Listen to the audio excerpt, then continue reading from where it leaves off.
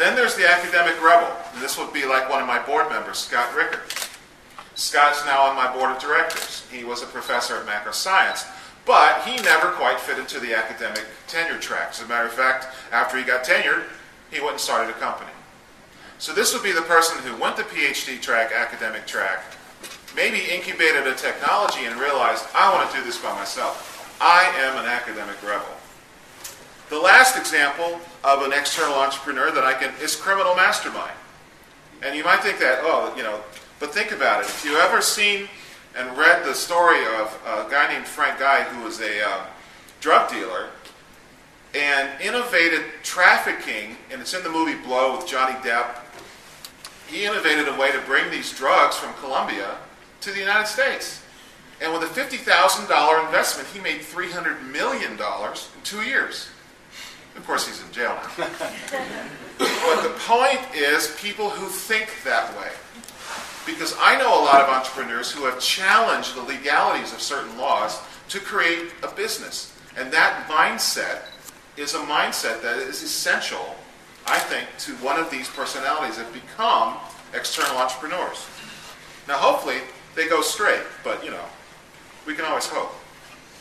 Now, what about personality traits that indicate possibly your grandson, daughter-in-law, neighbor's son could be an external entrepreneur and actually make it? I'm asked this often, what is it that helps you survive and where others have it? And it's resiliency. Extremely adaptable. This is something we look for now when we look for people to bring into our company.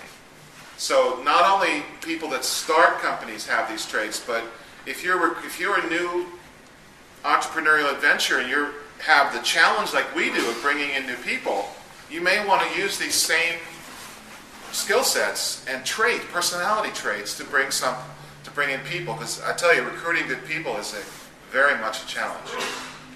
Intellectually agile. They can pick up and drop things from engineering to social science to market studies at a drop of a hat. This next one may surprise some people, but spiritual centeredness, emotional maturity. You will be tested in ways you can't possibly imagine, and most of them are emotional.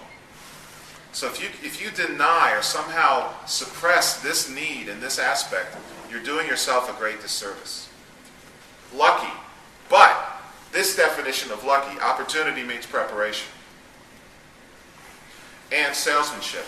Not only do you have to sell ice to Eskimos, but they have to like it and they have to order again. So, grandson, granddaughter, friend, neighbor comes to you and says, I think I got this idea.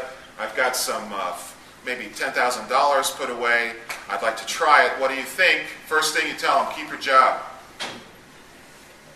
Real external entrepreneur won't listen. But even someone who's toying with it, they probably should keep their job and try it on the side. It's too much of a leap for most people. I've seen good people fry like a fry in a fry pan that's been there too long. It'll burn you up. So then they ask them the second question. Before I give up my retirement money to you, have you tested your idea? In other words, have you done due diligence? And due diligence is more than just this kind of a market survey. And this is my favorite question. Someone says, I'm an entrepreneur. I said, really? How much have you invested? All right, $10,000. Now, how much does that represent of your total liquid wealth? If it's not 100%, forget it. If you're not willing to go chips in, then you're not ready to be an external entrepreneur. And it's just like those poker tournaments when the guys push all the chips in. If you're not ready to do that, truly, with your own wealth, reconsider, keep that job. That's it. Thank you very much. Thank you, Karl.